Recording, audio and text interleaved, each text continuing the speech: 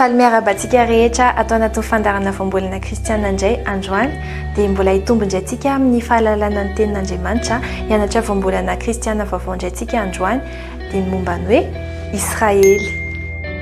Rehefa miresaka antsika hoe Israely dia ny tonga ao antsaintsika voalohany dia ilay firenena manana saina miloko fotsy sy manga misy ny kitany Davidy iny eo ampovoany dia mahakasika azy indrindra no resahantsika amin'ity androandroany ity fa manasanao anaraka amin'ny fandarana hatramin'ny farany. Fireneny Israely raha ara-jeografika dia hitantsika ao a Moyen-Orient na Middle East amin'ny teny anglais. Ny Moyen-Orient izay toerana mampifandray an'ny Afrika sy Europa ary Azia. Fa ara-tantara kosa dia fantatsika rehetra hoe Israely dia firenena tena manana tantara manokana hatramin'ny atombohany ka hatramin'izao ankehitriny izao. Ny Baiboly moa dia milaza manokana ny momba ny atombohan'ny Israely sy ny tantaran'ny zanak'Israely.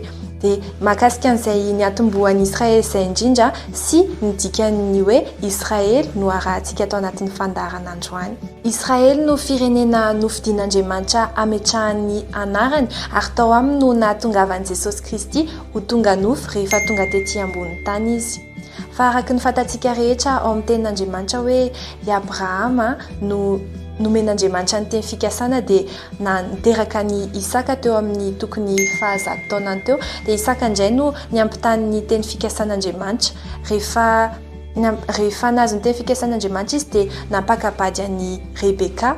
Fa Rebeka kosa nefa momba dia nangataka tamin'Andriamanitra Isaka mba ahazo zanaka dia nivalian'Andriamanitra izay fangatahany izay dia nanananaky Isaka ka nahazo kambana rola.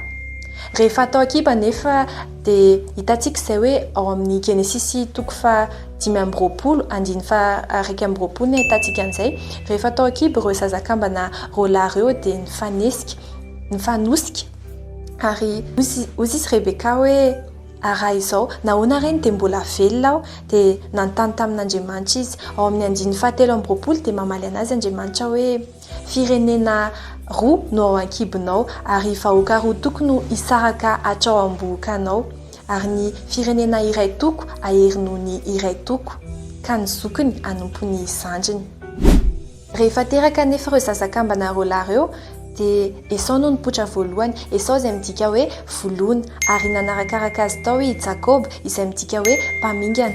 Dia nitazona ny ombela tongotry Esau Jakoba rehefa atao akibo noho izany Esau ny zokiny fa hanao amavony Esau nefa izany fizikina izany. Rehefa lehibe zareo taty aoriana dia reraka avy any an-tsaha i Esau dia namidiny tamin'ny Jakoba tamina voanemba kely monja ny fizikiny. Hitantsika izany ao amin'ny tenin'Andriamanitra Genesisy toko 5:17 sy 4:30. Taty aoriana aty amin'ny Genesisy 7:20 indray dia mbola nangalarin'ny Jakoba indray ny tsodranoizay tokony ho an'ny Esau. Dia hitantsika amin'izany fa araka ny hevitry ny anarany hoe mpamingana mihitsy ny toetran'ny Jakoba. Rehefa taorianan'izay dia tezitra tamin'ny Jakoba Esau dia nasainy reniny nitsoaka izy nandositra tany Mesopotamia izay ataontsika hoe Syria raha amin'izao fotoana izao. Nandositra tany amin'ny labana nadahan-dreniny izy dia nanompo any labana 7 taona tany izy mba ahazahoany vady an'i Lea zanany vavy. Dia fanampon'izay mbola nanompo any labana 7 taona indray izy mba ahazahoana ny Raely ho vadiny. Dia niteraka 12 lahy izy tany Mesopotamia. Dia taorianan'izay nefa tonga taminazy indray ny tenin'Andriamanitra rehefa nanompo any labana teo amin'ny 20 taona teo i Jakoba dia aty amin'ny Genesisy toko 1:37 dia tonga tamin'ny Jakoba indray ny tenin'Andriamanitra hoe modiany amin'ny tany ny razanao sy ny havanao ary ombanao. Nasain'Andriamanitra nody amin'izay Jakoba ho any amin'ny tany nampanantenan'Andriamanitra ho an'ny razany dia ho an'ny Abrahama sy Isaka. Dia rehefa nody izy dia rehefa nanaraka ny tenin'Andriamanitra izy dia tsy maintsy nifanena tamin'ny Esau nefa izy rehefa teny an-dalana. Esau koa moa efa nafantatra raha teo hoe iveriny Jakoba dia niaraka tamin'ny olona maro izy teny an-dalana hoe hitsenany Jakoba. Rehefa fantatry Jakoba hoe hitsena azy Esau mbola tezitra taminazy no nangalarany Jakoba ny tsodraniny dia nitaraina tamin'Andriamanitra Jakoba. Nandritry ny alina izy dia nitolona mivavaka tamin'Andriamanitra. Hitantsika izany ao amin'ny Genesisy toko 2:30. dia eo amin'ny andiny fa 5 dia nisy lehilahy anankiray nitolona niaraka tamin'i Jakoba nandritry ny alina mandra-pahazava ratsy ny andro. Rehefa hitan'ilay lehilahy hoe tsy naharesy an'i Jakoba izy dia nitendreny ny fotopean'i Jakoba eo amin'io andininy fa 5 ihany ahitantsika an'izany. Notendreny ny fotopean'i Jakoba dia nivika ny fotopeany. Ary tao aorianan'izay dia ozy izy lehilahy tamin'ny Jakoba hoe avelao andeha fa efa mazava ratsy ny andro. Dia namaly azy Jakoba hoe tsy avelako andeha ianao raha tsy tahianao aho. Dia ozy indray raha lehilahy hoe iza moa ny anaranao? Dia hoy izy Jakoba. Dia namaly azy indray raha ilay lehilahy nanao hoe tsy atao hoe Jakoba intsony ny anaranao izay midika hoe mpamingana, dia mbola nitohizany hoe fa Israely satria efa nitolona tamin'Andriamanitra sy tamin'ny olona ianao ka nahery. Dia teo no nanomboka nanaovan'Andriamanitra ny anaran'i Jakoba hoe Israely. Eo nanazavaintsika an'ilay dikan'ny anaran'i Israely.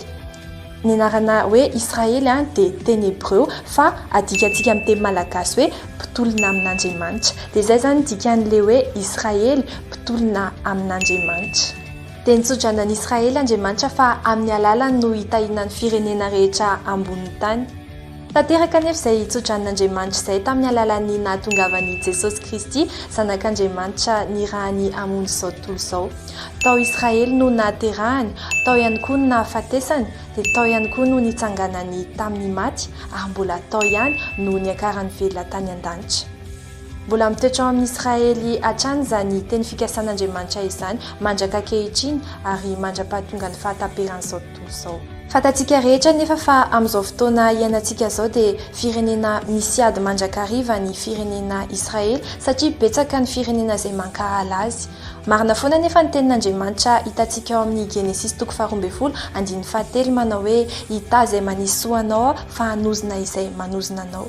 Sy ilay anankiray ao amin'ny Zakaria 2:12 manao hoe izay mikitika anareo dia mikitika ny anak'Andriamasina. Izany hoe tena sari-piaro amin'ny Israely Andriamanitra ary miady amin'izay rehetra miady amin'ny Israely. Ny tenenay aminao nefa dia hoe mangatà fiadanana ho an'i Jerosalema izay renivohitry Israely. Araka ny ten'Andriamanitra ao amin'ny Salamy 2:20-100 satria ambinina izay rehetra tian'i Israely. Izany hoe arak'izay ten'Andriamanitra rehetrarehetra izay dia tsy maintsy voahozona sy resy hatrany izay miady amin'ny Israely.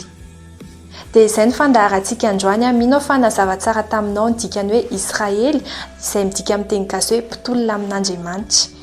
Mankasitraka anao indray nanaraka ny fandaharana hatramin'ny farany tamin'ity androandroany ity manome fotoana anao indray fotoana manaraka miaraka amin'ny voambolana vaovao dia tahiny Jesosy.